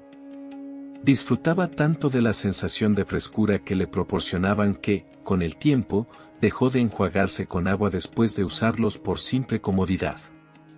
Con el paso de los años, empezó a notar problemas para recordar palabras y hechos recientes. Tras someterse a un examen médico exhaustivo, le diagnosticaron un deterioro cognitivo leve. Los profesionales de la salud evaluaron sus hábitos diarios y el uso frecuente de sustancias químicas, y consideraron que el uso excesivo de enjuague bucal sin enjuague posterior podría haber sido un factor que contribuyó a ese deterioro mental. El señor Park confesó que jamás pensó que un producto tan cotidiano y práctico pudiera tener un impacto tan negativo en su bienestar. Es realmente una historia que da que pensar. Entonces, ¿cuál sería la mejor actitud a tomar? ¿Deberíamos dejar de usar este tipo de productos por completo? También me surge la duda sobre si los utensilios de plástico o silicona que empleamos en la cocina son realmente inofensivos. Antes de seguir, recuerda darle like si estás disfrutando del video y suscribirte al canal para recibir los mejores consejos sobre cómo atraer abundancia y prosperidad a tu vida. Sigamos adelante. No es necesario eliminarlos por completo, pero sí es crucial emplearlos con criterio. Tras utilizar un enjuague bucal, resulta esencial enjuagarse bien con agua. Dejar restos de sus componentes antisépticos en la boca para prolongar la sensación de frescura no es beneficioso para la salud. Lo mismo ocurre con los productos de limpieza, es importante aclararlos cuidadosamente para evitar que queden residuos. En cuanto a los ambientadores, lo más recomendable es airear los espacios abriendo las ventanas con frecuencia. En vez de disimular los malos olores, lo ideal es mejorar la calidad del aire. Reducir su uso y optar por alternativas naturales como esencias o ambientadores ecológicos puede ser una excelente elección. respecto a los recipientes plásticos para guardar alimentos, si están rayados o muestran señales de desgaste, lo más conveniente es reemplazarlos de inmediato. Con el uso prolongado, este tipo de materiales puede liberar microplásticos. Evita calentar alimentos en el microondas cuando están envueltos en film plástico, así como raspar los envases con palillos o cucharas, ya que podrías ingerir esas diminutas partículas. El Ministerio de Medio Ambiente y la Agencia de Alimentos y Medicamentos también aconsejan tener precaución al usar estos productos. En particular, los envases fabricados con PS, poliestireno, como los vasos típicos para fideos instantáneos o las bandejas de este material, pueden liberar una mayor cantidad de microplásticos cuando se exponen a altas temperaturas o se friccionan. Es fundamental manejarlos con especial cuidado. Por otro lado, aunque los utensilios de cocina de silicona resultan prácticos, es importante lavarlos a fondo y de manera constante. Dado que ciertos materiales pueden retener más residuos de detergente que otros, se recomienda enjuagar hasta que se oiga un sonido característico, como un chirrido. Además, la silicona no es un material permanente. Si se notan marcas, rayones o signos de desgaste, lo más conveniente es sustituirla. Si a simple vista se perciben muchos arañazos o cambios en el color, lo mejor es reemplazarla de inmediato. Los microplásticos, al ingresar en nuestro organismo, pueden distribuirse por todo el cuerpo a través del torrente sanguíneo, y hasta ahora no se ha determinado claramente un mecanismo para su eliminación. Una investigación impactante realizada en 2022 en los Países Bajos mostró la presencia de microplásticos en la sangre de personas adultas. Asimismo, estudios en animales sugieren que los microplásticos de poliestireno podrían incrementar el riesgo de cáncer de estómago y provocar resistencia a fármacos anticancerígenos. Incluso artículos hechos con PLA, un material conocido como plástico biodegradable, pueden liberar microplásticos al contacto con agua caliente o con el paso del tiempo. Estos tardan mucho en descomponerse dentro del cuerpo, por lo que no se puede garantizar que sean totalmente seguros. La investigación sobre esta toxicidad continúa activamente a nivel mundial, por lo que debemos reducir al máximo nuestra exposición. Profesor, ¿es cierto que el agua embotellada en envases de PET contribuye a la presencia de microplásticos? Resulta alarmante pensar que el agua que consumimos a diario pueda estar vinculada incluso a enfermedades como la demencia. Entonces, ¿qué tipo de agua sería segura para beber? También me genera inquietud saber si es confiable utilizar ollas arroceras o utensilios de cocina hechos de aluminio. Sí. Muchas personas consumen con comodidad agua en botellas de PET, sin embargo, estas representan una de las principales fuentes de exposición a microplásticos. Las botellas de PET se producen mediante un proceso de moldeo que implica altas presiones y temperaturas. Si queda humedad residual durante esta fabricación, la estructura puede debilitarse y liberar pequeñas partículas de microplásticos. Además, un estudio realizado en 2018 encontró cantidades significativas de microplásticos en botellas de agua de diferentes partes del mundo, lo que generó gran alarma. También existen investigaciones internacionales que demuestran que las bolsitas de té plásticas en forma triangular liberan grandes cantidades de microplásticos al ser sumergidas en agua caliente. La Organización Mundial de la Salud, OMS, resalta asimismo la necesidad de continuar con la investigación y el seguimiento constante sobre este tema. Entonces, ¿deberíamos dejar de consumir agua en botellas de PET? ¿Son muy convenientes? ¿Existe alguna opción diferente? No se trata de eliminarlas por completo, sino de adoptar hábitos más conscientes que reduzcan la exposición. Un ejemplo es el caso del señor Bob Johnson, quien tiene cerca de 60 años. Él solía tomar varias botellas de agua al día debido a su rutina constante de ejercicio.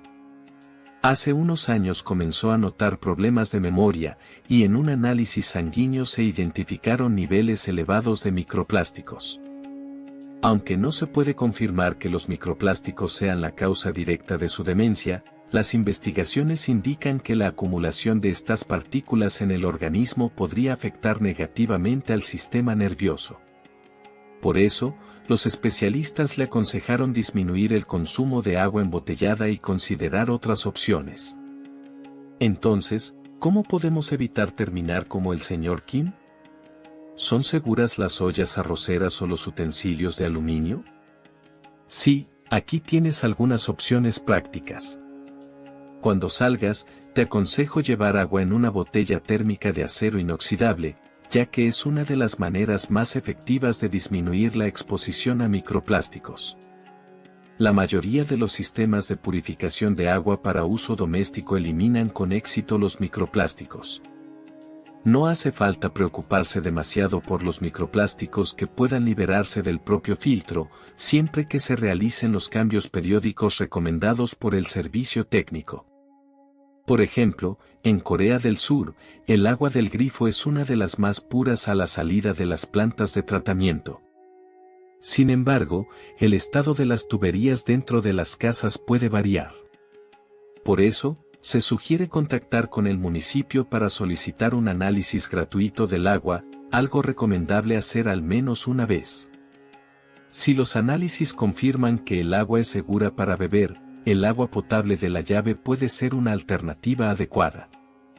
Por otro lado, debido a la contaminación en los océanos, los alimentos marinos también podrían contener microplásticos.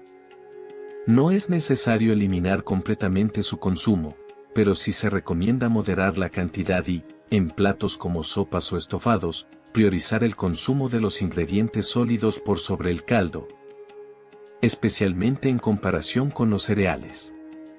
Hoy en día, resulta casi imposible evitar el contacto total con el plástico. Sin embargo, lo fundamental es reducir tanto la cantidad como la frecuencia de la exposición. Si un material no está diseñado para ser ingerido, lo mejor es evitar consumirlo. Además, debemos tener presente que ningún objeto plástico está hecho para durar indefinidamente. Si observamos que presenta rayones o algún daño visible, cambiarlo sin pensarlo es una manera inteligente de prevenir la entrada innecesaria de microplásticos en nuestro organismo. Ahora abordaremos el tema del interior de las ollas arroceras y los utensilios fabricados en aluminio. El contenedor interno de la olla arrocera, que se usa cotidianamente para preparar arroz, necesita un cuidado especial. Existen distintos materiales empleados en estos recipientes, pero en tiempos recientes predominan los de acero inoxidable. Aunque este material es reconocido por su resistencia a la oxidación, no quiere decir que sea completamente inmune a ella. Si observas manchas rojizas o negras dentro del recipiente, esto podría ser señal de una corrosión importante que permitiría la liberación de metales pesados como el níquel o el cromo. Estos elementos pueden tener efectos negativos en el sistema nervioso y, de hecho, la Agencia Internacional para la Investigación del Cáncer clasifica al cromo como un posible agente carcinógeno, por lo que se debe actuar con cautela. Por esta razón, es fundamental limpiar cuidadosamente el interior de la olla y reemplazarlo de inmediato en caso de detectar corrosión visible. La mayoría de los fabricantes comercializan estos recipientes de forma separada, así que es conveniente tenerlo presente. Además, si el recipiente cuenta con un recubrimiento, el uso de esponjas abrasivas puede deteriorarlo y provocar la liberación de microplásticos u otras sustancias perjudiciales. Por esta razón, se recomienda limpiarlo con una esponja suave o un paño delicado. Los utensilios y el papel aluminio son también elementos comunes en la cocina. El aluminio puede desprender sus componentes al entrar en contacto con alimentos muy ácidos o salados, o cuando se somete a altas temperaturas. Aunque la mayoría del aluminio que absorbemos es eliminado por los riñones, con el paso del tiempo la función renal puede disminuir, dificultando su eliminación y favoreciendo su acumulación en el cuerpo. De hecho, algunas investigaciones señalan una posible vinculación entre la exposición prolongada al aluminio y el desarrollo de demencia. La Agencia de Seguridad Alimentaria igualmente recomienda evitar cocinar o conservar alimentos con alta acidez o salinidad en recipientes de aluminio. Por lo tanto, para preparaciones como el kimchi jjigae, guiso picante de kimchi, o salsas a base de tomate, es preferible utilizar recipientes fabricados con otros materiales. Lo mismo ocurre con el papel aluminio. No se aconseja envolver alimentos ácidos con este material para cocinarlos o conservarlos. ¿Acaso la cocina a gas que utilizamos diariamente puede desencadenar demencia? Es realmente sorprendente. Yo creía que la contaminación ambiental provenía únicamente del humo de los vehículos o las fábricas, pero resulta que en las cocinas de nuestros hogares también hay sustancias nocivas. ¿Qué tipo de riesgos estamos enfrentando exactamente? Así es. Muchas personas creen que la contaminación del aire es un problema externo. Sin embargo, es llamativo que el humo que se produce cada día en nuestras cocinas pueda perjudicar seriamente la salud cerebral. El contaminante principal que se libera al encender una cocina a gas es el dióxido de nitrógeno, NO. Este gas es uno de los contaminantes más importantes que también están presentes en los gases emitidos por los automóviles, y la Organización Mundial de la Salud lo ha identificado como un peligro para la salud vinculado a la contaminación del aire. De acuerdo con investigaciones recientes, la exposición continua a contaminantes como el dióxido de nitrógeno se asocia con un mayor peligro de desarrollar demencia. Al quemar gas, el calor provoca una reacción entre el oxígeno y el nitrógeno presentes en el aire, generando dióxido de nitrógeno. Las personas que cocinan están directamente expuestas a concentraciones elevadas de este gas.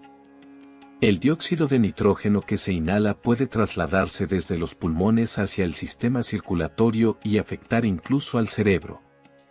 Se ha demostrado que este contaminante puede dañar la barrera hematoencefálica, ocasionar inflamación cerebral y, como consecuencia, afectar la capacidad cognitiva. ¡Qué alarmante! ¿Entonces quiere decir que cada vez que cocinamos corremos el riesgo de sufrir demencia? Imagino que esto resulta especialmente preocupante para las amas de casa y los adultos mayores que preparan alimentos diariamente. Desafortunadamente, así es la realidad. Permítanme compartir el caso de la señora Chloe Masters, una mujer de aproximadamente 60 años. Ella se dedicó toda su vida a ser ama de casa y preparaba las comidas diarias para su familia. Nunca prestó demasiada atención al humo generado en la cocina, solo abría ligeramente la ventana. Sin embargo, con el paso del tiempo comenzó a notar un marcado deterioro en su memoria y dificultades para identificar objetos. Luego de realizarle un examen completo, a la señora Chloe Masters le diagnosticaron una etapa inicial de demencia. El equipo médico llevó a cabo un análisis detallado de su entorno doméstico y planteó la hipótesis de que la exposición continua al dióxido de nitrógeno presente en la cocina podría haber contribuido al daño en sus capacidades cognitivas. Al recibir esta noticia, la señora Chloe quedó profundamente conmocionada. Había dedicado toda su vida a cuidar de su familia, y ahora se enteraba que ese mismo esfuerzo había provocado un perjuicio en su salud. Fue una experiencia sumamente dolorosa y lamentable. Entonces, ¿qué medidas podemos tomar para minimizar la exposición al dióxido de nitrógeno? ¿Deberíamos eliminar por completo el uso de las cocinas a gas? Prohibirlas totalmente no resulta una solución práctica. No obstante, existen maneras inteligentes de reducir la exposición a sus emisiones. La medida más efectiva y sencilla es garantizar una buena ventilación. Muchas personas piensan que con abrir una sola ventana es suficiente, pero eso no alcanza. Es necesario abrir al menos 2 ventanas por completo para favorecer un flujo de aire adecuado. Se debe generar una corriente de aire que disperse eficazmente los gases dañinos. De hecho, en estados como California y Nueva York, se están impulsando leyes para vetar las cocinas a gas. Incluso la Sociedad Química Americana está recomendando sustituirlas por cocinas eléctricas. Así de grave es el tema. Si no es posible cambiar a una cocina eléctrica de inmediato, es vital acostumbrarse a ventilar bien durante al menos 10 minutos antes y después de cocinar, así como mientras se está cocinando. Especialmente en jornadas con niveles elevados de polvo fino, la calidad del aire dentro del hogar puede empeorar considerablemente, por lo que es aconsejable ventilar, aunque sea por poco tiempo, y posteriormente utilizar un purificador de aire. El modo de cocinar también influye. Freír o saltear genera una mayor cantidad de partículas en el ambiente además del dióxido de nitrógeno, por lo que es preferible emplear técnicas como hervir o cocinar al vapor, que resultan más beneficiosas para la salud cerebral. Profesor, hoy recibimos información realmente valiosa que me hizo reflexionar acerca de los riesgos invisibles en diferentes